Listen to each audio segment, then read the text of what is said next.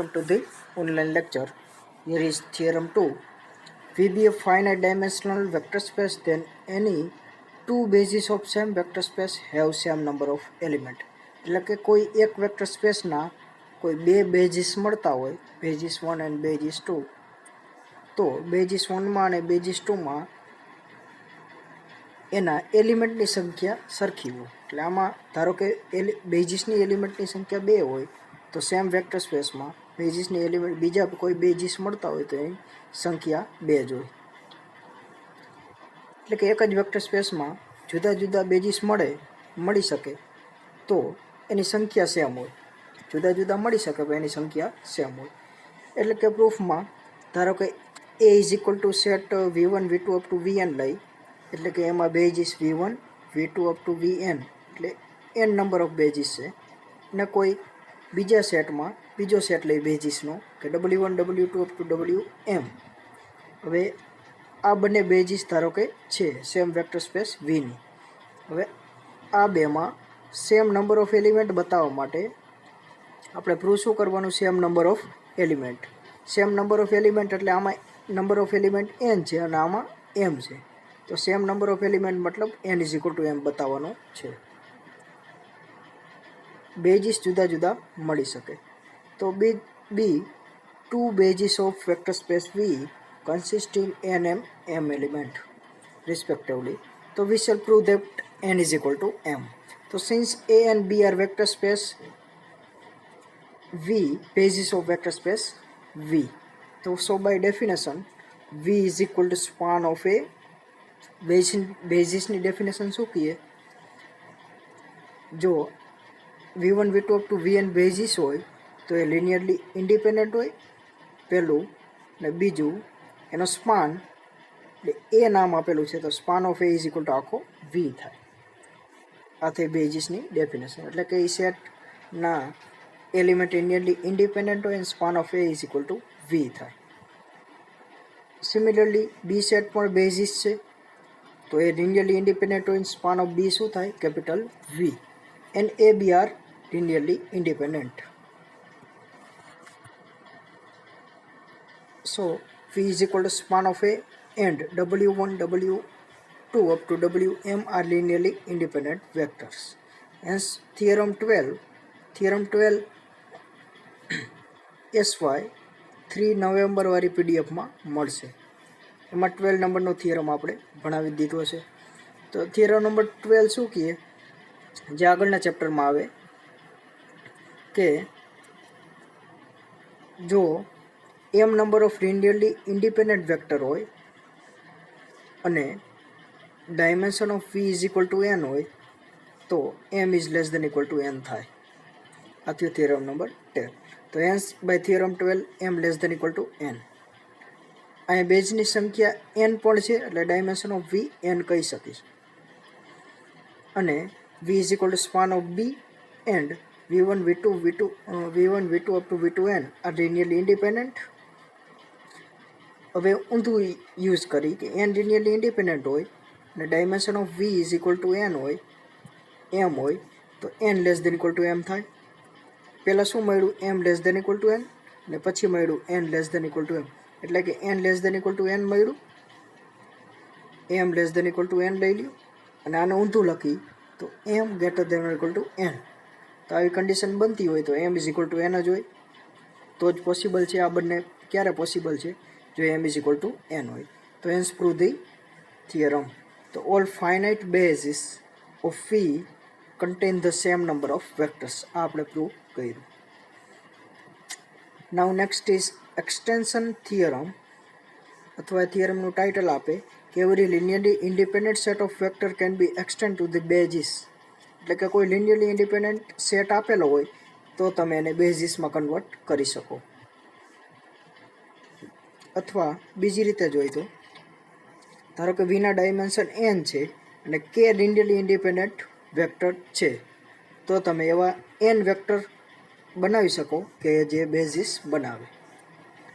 Statement જોઈએ તો V is vector space, dimension V is equal to n. If V1 V2 up to Vk are linearly independent vector of V, then there exists linearly independent vector Vk VK plus 2 up to VN such that આ બંને એલિમેન્ટને joint કરી અને આખો set basis બનાવે such that V1 V2 up to VK પછી અહીંથી K+1 K+2 up to N એટલે આ કેટલા એલિમેન્ટ થયા N તો ડાયમેન્શન ઓફ VN આપેલું જ છે તો એ બેઝિસ બનાવે એટલે એવું પ્રૂવ કરવાનું છે કે આ બેઝિસ બનાવે તો V ફાઇનાઇટ ડાયમેન્શન આપેલું છે N તો since V dimension of V is equal to N and બીજું શું આપેલું છે V1 V2 up to VK are linearly independent vector so we have theorem 12 હું કે linearly independent vector હોય એના કરતાં ડાયમેન્શનના એલિમેન્ટ વધારે હોય તો K less than equal to N આ થિયરમ 12 પરથી કહી શકીએ તો કેસ 1 શું બને કાં તો K is equal to N હોય કાં K is less than equal to N possibility તો આ જ છે તો ધારો કે કેસ 1માં K is equal to N હોય તો dimension of V is equal two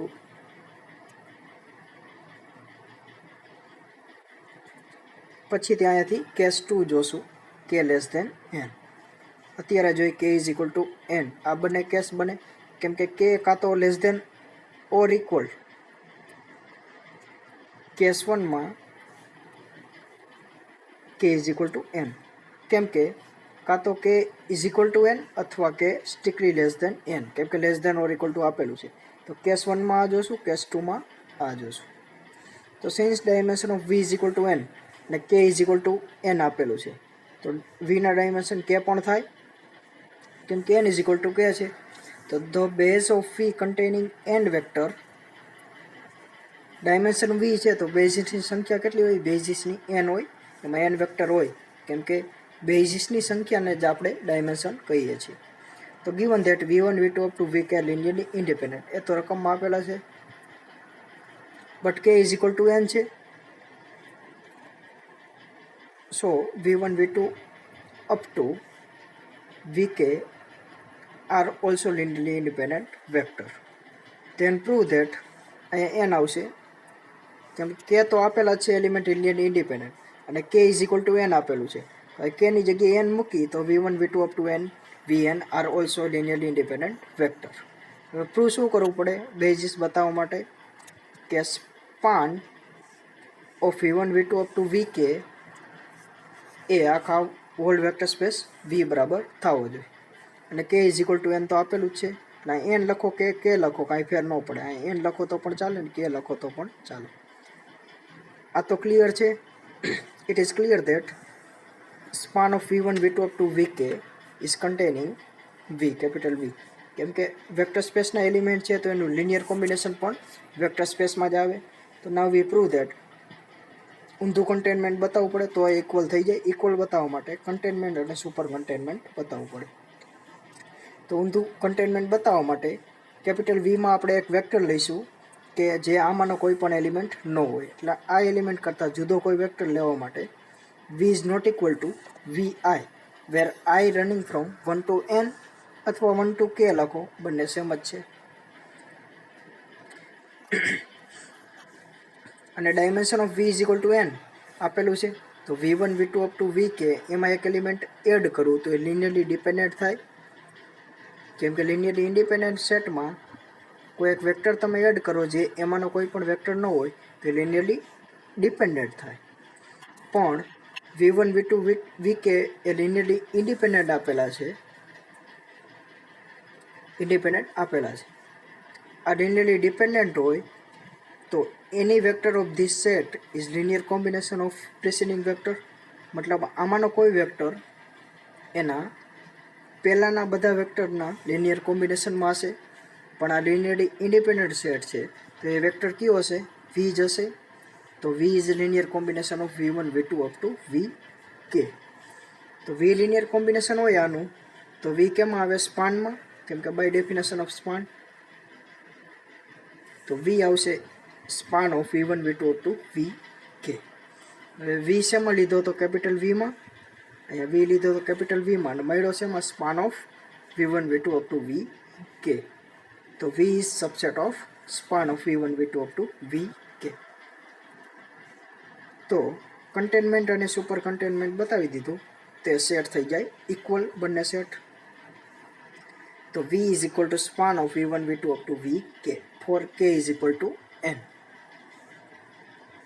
So the set v1 v2 up to vn k is equal to n put કરો is a basis of v.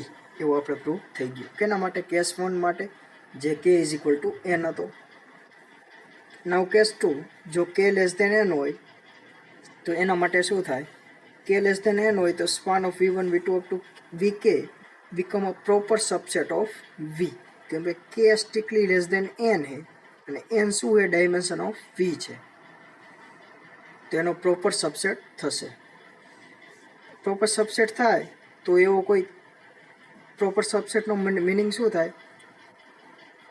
ધારો કે a is proper subset of b, તો બીમાં કોઈ એક element મળે, ધારો કે x, જે એમાં ન હોય. બીમાં કોઈ એક એલિમેન્ટ મળે કે જે એમાં ન હોય તો કહેવાય એને પ્રોપર સબસેટ કહેવાય બીનો. અથવા એનું ઊંધું પણ સાચું છે. આ ડેફિનેશન જ છે પ્રોપર સબસેટની, કે એ પ્રોપર સબસેટ હોય બીનો તો બીમાં કોઈ એક એલિમેન્ટ મળે જે એમાં ન હોય. તો અહીંયા શું પ્રોપર સબસેટ છે? Span of v1 v2 up to vk is proper subset of v. તો vમાં કોઈ એક એલિમેન્ટ મળશે, ધારો કે vk પ્લસ 1 છે કે જે આમાં ન હોય. vk પ્લસ 1 આમાં નથી જ, કેમ કે આમાં કેટલા k એલિમેન્ટ છે? vk સુધી, એમાં vk પ્લસ 1 ન આવે. તો if v1 v2 એટલે કે આ એલિમેન્ટ આનો નથી, તો એમાં એડ કરી તો એક એલિમેન્ટ ઉમેરાય એટલે k પ્લસ 1 એલિમેન્ટ થાય. તો if v1 v2 up to vk અને એક એલિમેન્ટ એડ કરો vk plus 1 is linearly independent. એટલે જો એ લિનિયરલી ઇન્ડિપેન્ડન્ટ હોય તો સેટ ધેન કોઈ એક વેક્ટર બાકીના બધાના વેક્ટરના લિનિયર કોમ્બિનેશનમાં મળશે. પણ v1 v2 vk આ લિનિયરલી ઇન્ડિપેન્ડન્ટ ને, તો એ વેક્ટર કયો હશે? vk plus 1. તો vk plus 1 is linear combination of v1 v2 up to vk. તો vk પ્લસ 1 કેમાં આવે? Span of v1 v2 up to vk. તો this gives contradiction result 5. Result 5 શું કહે? રિઝલ્ટ 5 એવું કહે કે vk પ્લસ 1 એનો એલિમેન્ટ નથી. vk plus 1 doesn't belongs to span of v1 v2 up to vk. એવું આપણે મળતું હતું કેમ કે પ્રોપર સબસેટ છે. હવે એમાં કે એક એલિમેન્ટ લીધો એ લિનિયરલી ડિપેન્ડન્ટ થાય છે અને કે સુધીના એલિમેન્ટ લિનિયરલી ઇન્ડિપેન્ડન્ટ આપેલા છે. તો મળ્યું શું? vk પ્લસ 1 આનું લિનિયર કોમ્બિનેશન મળ્યું. તો vk પ્લસ 1 એમાં સ્પાનમાં આવે છે. અહીંયા એમ કહે છે નથી અને અહીંયા છે. તો આપણે ક્યાંક ધાર્યું એ ખોટું છે. તો શું ખોટું છે?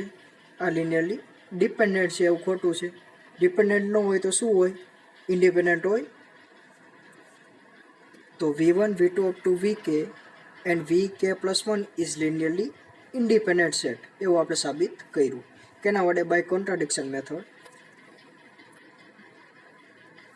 તો if vk plus 1 is equal to n, એટલે કે ધારો કે આ છેલ્લો જ એલિમેન્ટ હોય તો બાય કેસ 1 એટલે કે k is equal to n લીધું હતું, તો અહીંયા k પ્લસ 1 છે is equal to n, તો બાય કેસ 1 ડાયરેક્ટ પ્રૂવ થઈ જાય.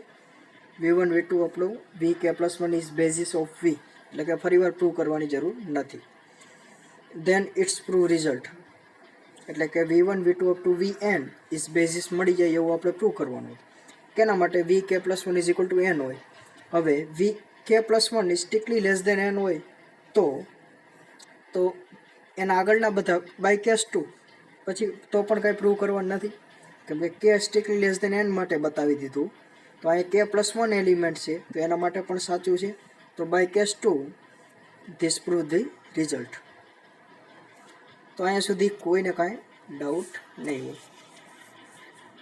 હવે કોઈ બીજો એલિમેન્ટ આવે vk plus 2 by similar process.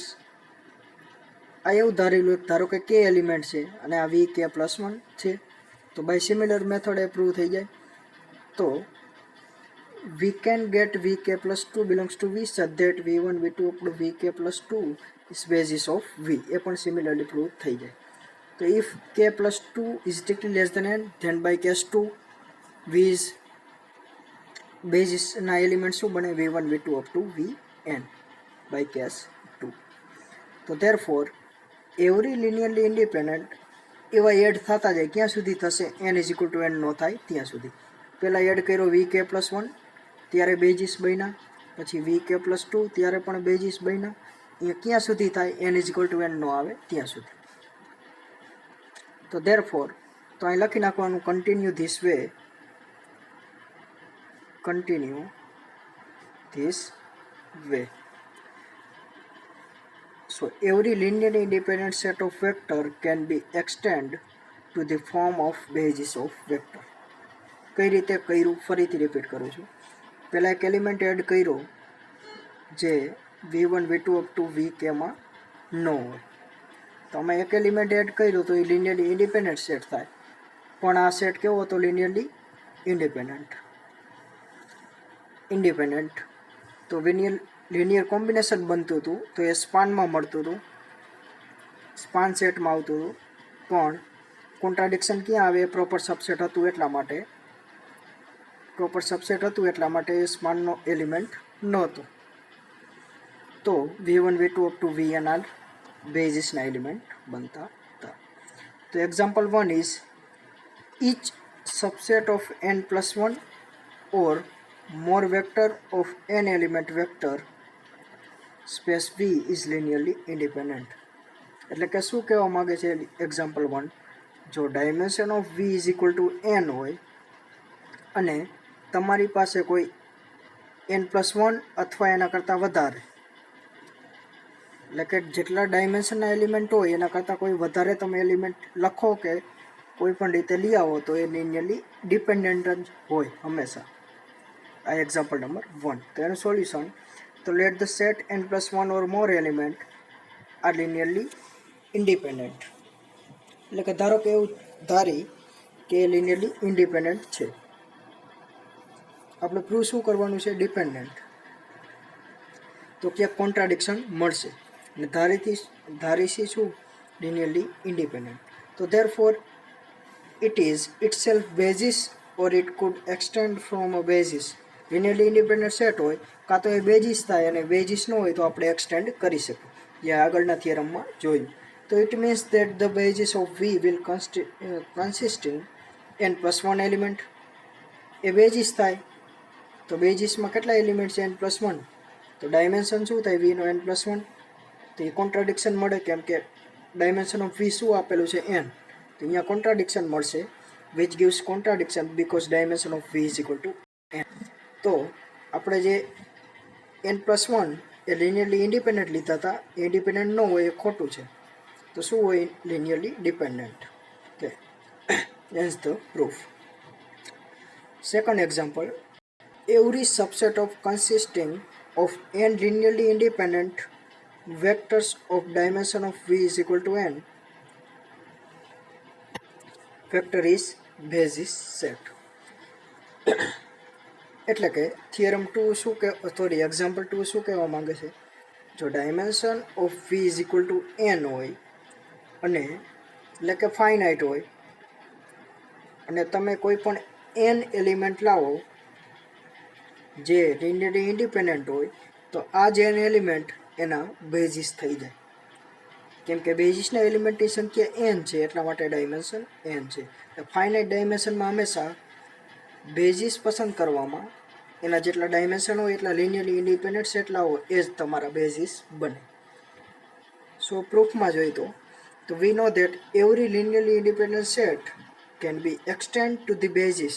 એટલે બધા લિનિયરલી ઇન્ડિપેન્ડન્ટ સેટ આપણે બેઝિસમાં એક્સટેન્ડ કરી શકીએ, જે આપણે થિયરમમાં જોયું. તો since the vector space is n dimensional, so its basis shall not consisting or more than l element. n dimensional dimension છે વેક્ટર સ્પેસના, તો બેઝિસમાં n કરતાં વધારે એલિમેન્ટ તો હોય નહીં.